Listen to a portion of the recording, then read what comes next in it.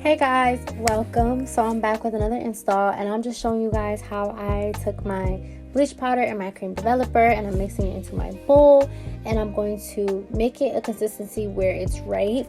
I don't go by measurements. I just kind of eyeball it and just see what kind of works for me, and I don't make it too runny, but I also don't make it too thick, so I make it look like that. I don't know how to describe that consistency, but when it looks like that, yeah. And then I'm just taking my mom's wig, because I'm doing my mom's install, not me this time, her wig, and I'm going to start bleaching it.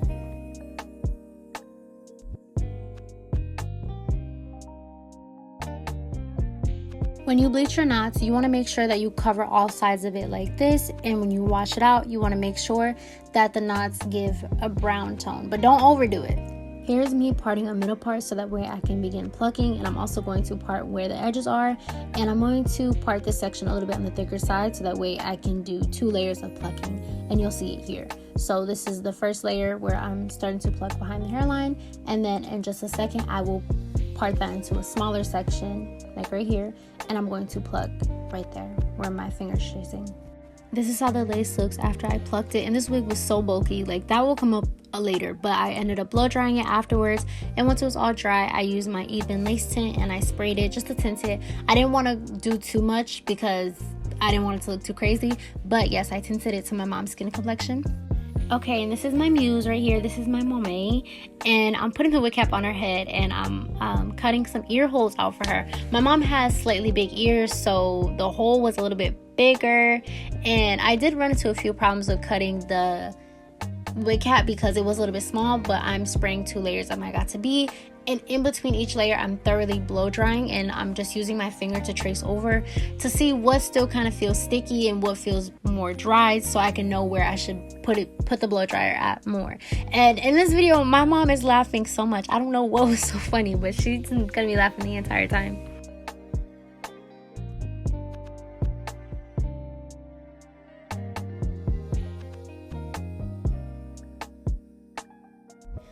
So now I'm just cutting the wig cap, and I did mess up a little bit because, like I said, the wig cap is a little bit small. I don't know if these things come in sizes, but this is me trying to quote unquote melt the wig cap, and it wasn't really like a melt. I wasn't really trying to melt it, but it lifted up when I had cut it, so I was trying to like stick it back down to where it should have been. And I'm just tinting it with some even lace tint, and I'm wiping her forehead to get any residue off so that way when I glue it, it won't have a hard time sticking.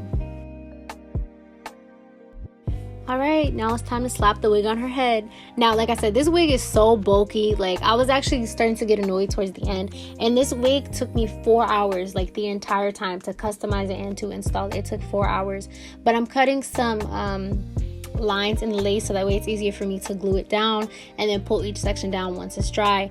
But me and my mom, we were just so annoyed. Like, there was a lot of stuff that I didn't record towards the end because I had to flat iron it and use my hot comb just to get the wig flat because it was so bulky up top. And I don't know, I'm not really used to my wigs being this bulky or like this high of a density, which I mean, I guess is good that her wig came high in density because a lot of straight wigs come a little boneless, and I don't really like that. But you know, it was a little bit hard to lay down. But now I'm just taking her lace and I'm just sticking it to the glue now that it has dried, and then I'm going to tie it up afterwards.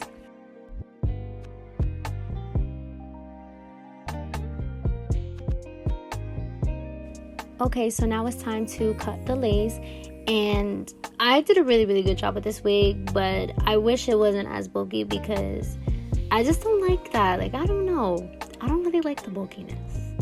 I wish it came pre-plucked because I had to do a lot of plucking with this wig. But I'm just cutting off each strip, and I don't even remember what I did after this.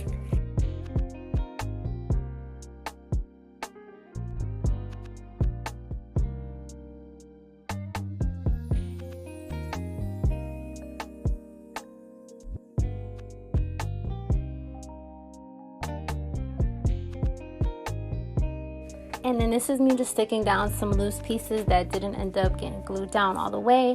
I'm thoroughly blow drying and sticking on each piece in between.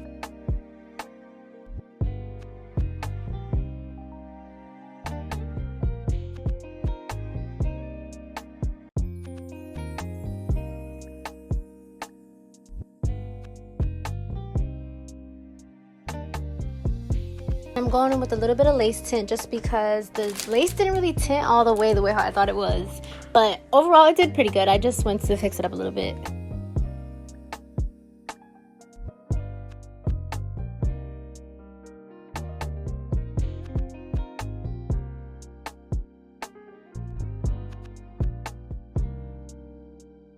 Here's me cutting some edges. I'm taking my razor and I'm just adding a little bit of layers and I'm just doing the edges.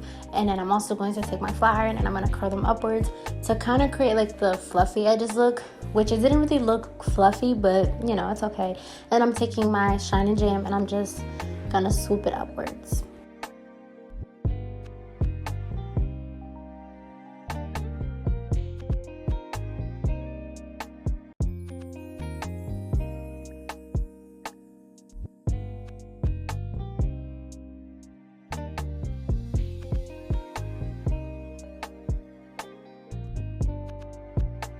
Now, like I had mentioned, this wig has so much bulk and I was trying to get rid of so much of it as much as I possibly can.